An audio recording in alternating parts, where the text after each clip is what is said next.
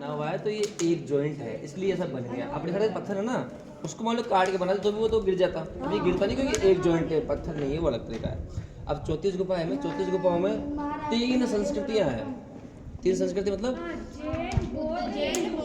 अब जहाँ आपको शंकर भगवान का नाट्य दिख जाए या शंकर भगवान का शिवलिंग दिख जाए, उसका मतलब है वो हिंदू संस्कृति से संबंधित है। और जहाँ आपको जैन मुनियों का दिख जाए तो वो जैन से रिलेटेड है। और जहाँ बुद्ध जी दिख जाए आपको, ऐसे कुछ मूर्ति सी होती है ना उनकी मोस्टली, तो वो अब 3 संस्कृति कैसे कि जो जिस समय जो राजा महाराजा या जो संस्कृति आए उनको ये जगह पसंद आए तो उन्होंने अपना भी एक मंदिर बना दिया।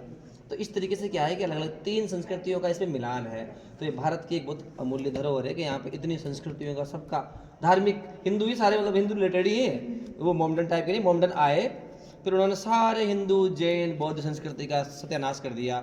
उधर करो कैमरा, उसके देखो नाक तोड़ दिया, पैर तोड़ दिया किसी का, इधर नाड्या है तो मान लो उसके कुछ कान तोड़ दिए।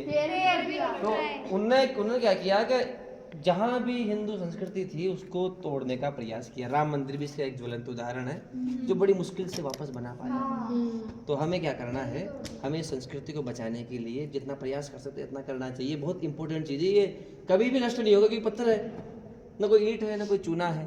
तो इसलिए हमारे को इन चीज़ों को देखना है, समझना है और ये अंदर धारणा बनाओ कि हम कितने मुश्किल हालात से निकल के आज इस स्थिति में पहुंच गए। वापस से सबने मारना चाहा हिंदुओं को, खत्म करना चाहा, जो मूर्ति को खत्म कर रहे हैं वो इंसानों को भी मारते थे, पर फिर भी हम बच गए और हम आज सबसे ऊपर जा रहे हैं, वर्ल्ड में सबसे ऊपर। और जल्दी हम सबसे ऊपर हम पहुंच जाएंगे। हमारी संस्कृति, हमारी सभ्यता, हमारे जो संस्कार है ना अभी भी दुनिया में नंबर 1 पे है। भाई बहन की परंपरा, माता पिता की परंपरा, एक परिवार की परंपरा, वरना कोई किसी को मतलब नहीं किसी से, ठीक है ना। तो हमें प्राउड करना चाहिए कि हम एक इंडियन है, ठीक है। तो proud to be an Indian. Bharat Mata की।